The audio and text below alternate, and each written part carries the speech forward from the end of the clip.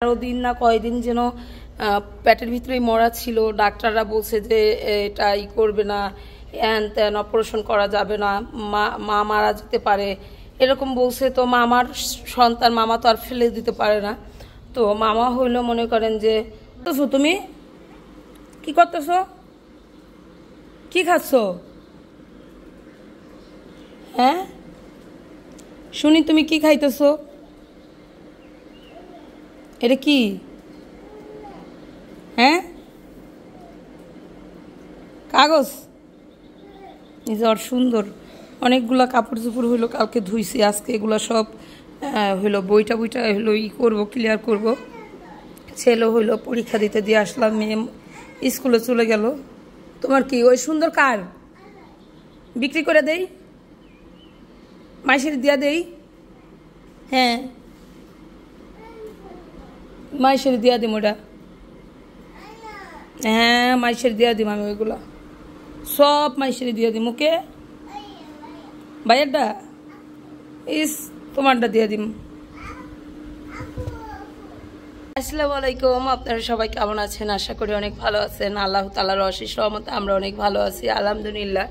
তো প্রতিদিনের মতো আবার নতুন একটা ব্লগ শুরু করলাম। আর আজকের ব্লগটা শুরু করলাম হলো এখন থেকেই না, আরও আগে থেকেই শুরু করা। অনেক জিনিস আছে যেগুলো না দেখলে মিস করবেন। আর বিশেষ করে হলো আজকে আমার ছেলের পরীক্ষা ছিল, কালকে একটা গেল, আজকে একটা গেল। তো তারে নেওয়া হইলো সকালবেলা, রান্নাবান্না শেষ কইরা তারপরে তারে নেওয়া হইলো পরীক্ষা দিতে গেছিলাম। আর আপনাদের ভাইয়া হলো আজকে অনেকদিন পর সেই চকে গেছে হইলো কাজ করার জন্য। আমাদের অনেকগুলা পাট বুনছিল, তো সেই পাট হইলো আপনাদের ভাইয়া ভাবছিল যে একটাও হয় নাই। তো হঠাৎ করে একদিন, যাও ওয়াশরুমে যাও, হঠাৎ করে একদিন হইলো বলছে যে একটু যায় দেই খাসি খুকি। আমি বললাম যে যাও, ভালো লাগলে। আসলে নদীর ওই পার গেলে না আমার খুব ভয় করে, এই জন্য হলো ওনাকে যাইতে দিতে চাই না। তো আমাকে যখন বললো যে যাই, তখন গেছে, যায় দেখে যে মেলা পাট আছে, মানে পাট 5-6 মন নাকি 4 মন পাট হইব। তো ওই পাট মনে করেন 4-5 হাজার টাকা করে হইলো এখন মন, 4,000 বা 3,000 করে। তো বললো যে কাইটা নিয়ে আসি। আমি বললাম যে যাও, রান্নাবান্না কইরা সেই 5টা বাজে উঠা রান্নাবান্না কইরা তারপরে তাকে দেন পাঠাইছি। আলহামদুলিল্লাহ এখন হলো আমি রান্না করব। আর আপনারা অনেকেই জানতে চাইছেন যে আমার মামা শ্বশুর ঘরের ননদকে আমি নিয়ে আসলাম, তো সে আবারও আপাদের সাথে কেন চলে গেল, ওখান থেকে কি বাসায় যাবে না কি করবে, মানে এরকম সবাই হলো জিজ্ঞেস করছিলেন। তো এরকম বলতেছিলেন। আসলেই মানে কিছু কথা আছে যেটা মনে করেন যে বললেও যা, না বললেও তাও।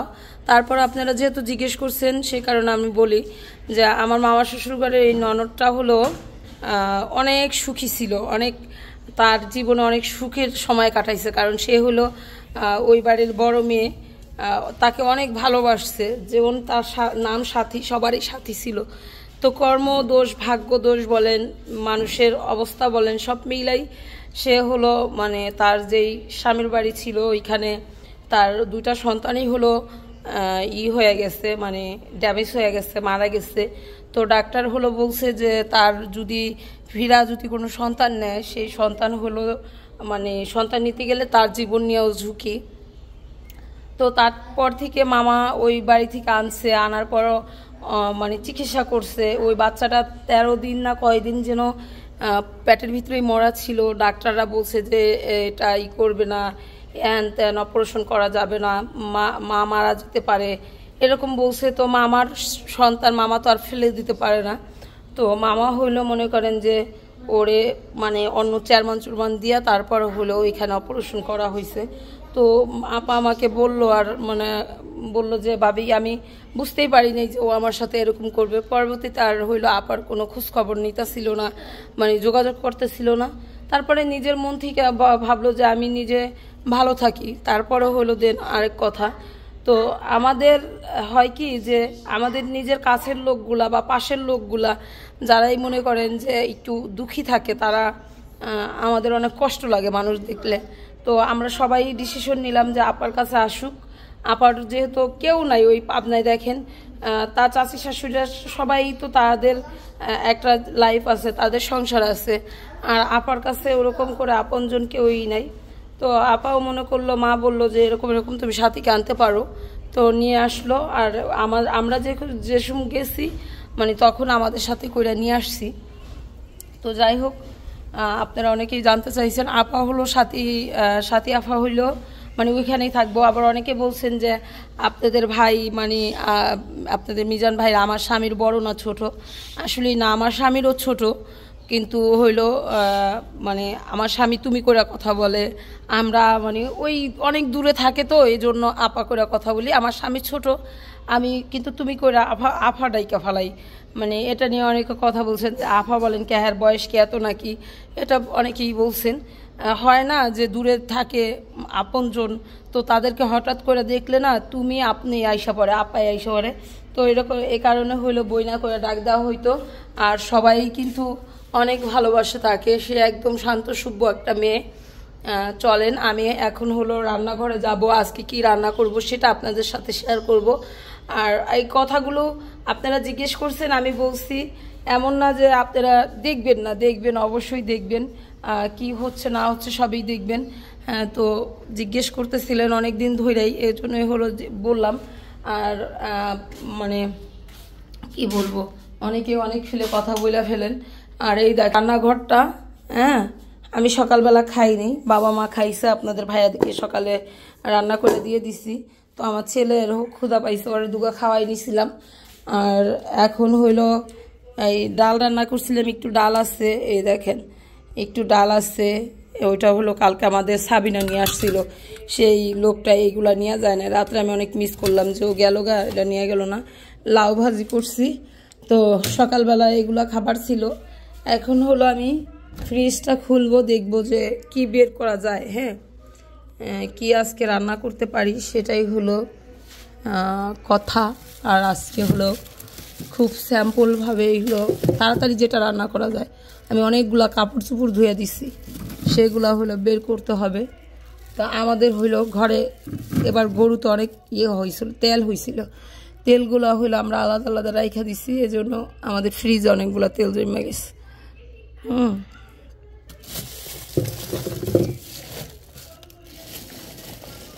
আর একটা কথা, আমার বড় দুলা ভাই সে এই দেখেন একটা খাসির একটা রান রাখিয়া দিছিলাম ভাইয়ের জন্য, সেই রান হইলো পাঠানো হয় নাই। প্রতিবার এমন করা হয় ভাইয়ের জন্য। আগে একটা খাসি জবাই করছিলাম, খাইছি দাইছি আমরা, আর একটা রান রাইখা দিছি যে ভাইয়া বাড়িতে যায় খাইবে। সেই রানও মনে করেন যে দেওয়া হয়নি। তারপর আমি আর আপনাদের ভাইয়া ঢাকায় যায় দিয়ে আসছি। এখন আবার এই রান রয়ে গেছে, এই রান আবার দিয়ে আসতে হবে পাবনা। আপনাদের ভাইয়া বলছে যে আমি গাড়ি পাঠাই দিব না, তুমি আইসো কয়দিন বেড়াই যাইও। তো আবার যাইয়া হইলো দিতে হইব। এত মনে করি যে মানে যাওয়ার সময় এটা হইলো সবার আগে পেকেন হবে, মানে ঢুকানো হবে। তারপরও না ভুল হয়ে যায়, যেটা নিয়ে বেশি এক্সাইটেড থাকা হয় তো ওইটাই ভুল হয়। এই মাংসটুকু রান্না করে দেবো আজকে, তো ওইটাই হলো ভুল হয়ে যায়, এই আর কি, দেওয়া হয় না। তো আমি হলো ভাত বসাই দিব, আর হলো মাংসটা ভিজতে থাকবো। ওইটার আমি মানে আমার আরও 2টা রুম আছে, হল রুমটা আছে, সেইগুলো হলো একদম ঝাড়ু দিব সুন্দর করে। আমার মেয়ের ঘরটা পরিষ্কার করে দিতে হবে। ওর ঘর দুয়ার যদি পরিষ্কার থাকে না, ও অনেকক্ষণ সময় বৈশা হলো পড়াশোনা করে। আমার ভাল লাগে ওর পড়াশোনা করলে, ঘর দুয়ার ঝাড়ু দেওয়া থাকলে পড়ালেখা করে। যে এখানে একটু মস্তক আছে, যে এইটুকুই রান্না করে দিই। তুমি কি করতেছ, কি খাচ্ছ? হ্যাঁ শুনি তুমি কি খাইতেছ, এটা কি? হ্যাঁ কাগজ নিজের সুন্দর অনেকগুলা কাপড় চোপড় হইলো, কালকে ধুইছি, আজকে এগুলো সব হইলো বইটা হইলো করবো, ক্লিয়ার করব। ছেলে হইলো পরীক্ষা দিতে দিয়ে আসলাম, মেয়ে স্কুলে চলে গেল। তোমার কি ওই সুন্দর কার বিক্রি করে দেই, মাইসের দিয়া দেই? হ্যাঁ মাইসের দিয়া দিম ওটা, হ্যাঁ মাইসের দিয়া দিম আমি, ওইগুলা সব মাইসের দিয়া দিম। ওকে ভাইয়ারটা তোমারটা দিয়া দিম।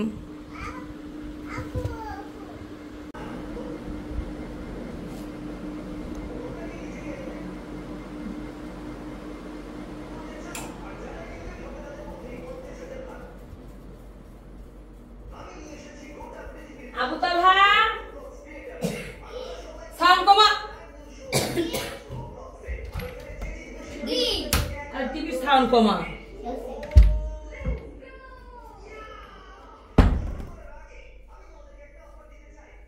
তো এই তো আমার ঘর দুয়ার হইলো, আমি কালকে বিছনা চাদর চুদর সব ধুইছি। মেহমান একটু বাড়িতে ছিল, নিজের মতো করে নিজে আবার একটু ধুয়া ঠেয়া ইয়া করে নিচ্ছি। ছেলের পরীক্ষা ছিল সকালবেলা, ছেলেকে নিয়ে মনে করেন যে রান্না বান্না শেষ করে ছেলেকে নিয়ে হইলে স্কুলে যাইতে হয়েছে। পরে পরীক্ষা দেওয়া বাড়িতে আনলাম, আনার পরে এগুলো আমার দেখেন চুইংগাম খায়া খায়া কই রেখে দিচ্ছে। আমার মেয়ে, ছোট মেয়েটার কাপড় চোপড় একদম পড়ায় পড়ায় দেয়, তো ওর কাপড় চোপড় গুলো একদম ছিন্ন ভিন্ন হয়ে গেছিল, মানে আমি খুঁজতে গেলে পাইতেছিলামই না। আর এই যে সাথী আপা বাড়িতে ছিল আমার ননদ, তো ওই আপা হলো ওর কাপড় চোপড় আরাম হইতো বাইরে থেকে। আপা মনে করেন যে অনেকগুলা ডয়ের ঘরে থাকলে যা হয়, আপা গুলো একটা একটা ভিতরে রাইখা দিচ্ছে। আমি পড়াইতে যায় পাইতেই আসি না, ওগুলা হলো ই করলাম, কমপ্লিট করলাম। এখন বিছনাধারী গুলা ঝাড়বো, ঝাইরা দেন হলো আমি রান্না বসাবো। আর বিশেষ করে হলো আমার পোলা পানি, আমার আবতালহা, আমার ময়রম, আর হলো আমার তানহা, এরা মনে করেন যে খাড়ের চতুর চিপা চাপা দিয়া হইলো ই ফালাইছে, কি বলে কাগজ কাইটা কাইটা ড্রয়িং করছে এক একটা এক এক পথ কইরা, আর কাগজ কাইটা কাইটা হইলো চতুর্দিক দিয়ে হইলো ফালাইছে। তো সেগুলাই মনে করেন যে ঘর ভুলে গেছে। এই দেখেন আলাম খাতা মোড়াইয়া ইয়ের ভিতরে রাইখা দিছে আমার মানহা। মানহা অনেক বিরক্ত করে,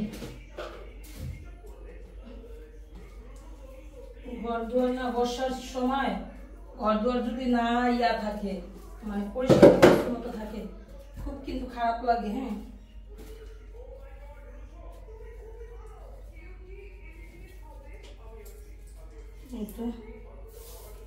ঝাড়ু ঝুড় দিয়ে তারপরে হলো রান্না বসাই দেব। প্রায় সাড়ে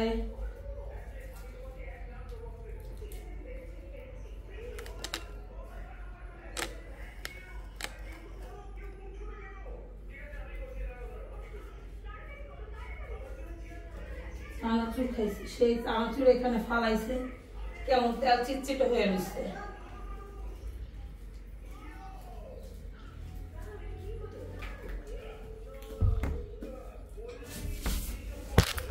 আস্তে আস্তে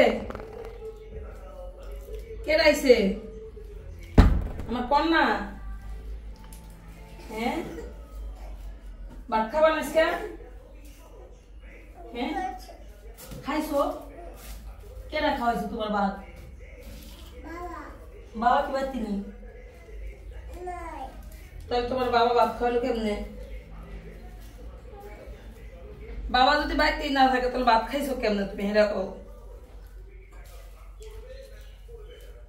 তোমার বাবা কই? নাই, সরো। হ্যাঁ, ওষুধ খাইছো? কি উল্টা পাল্টা কথা কও না কও।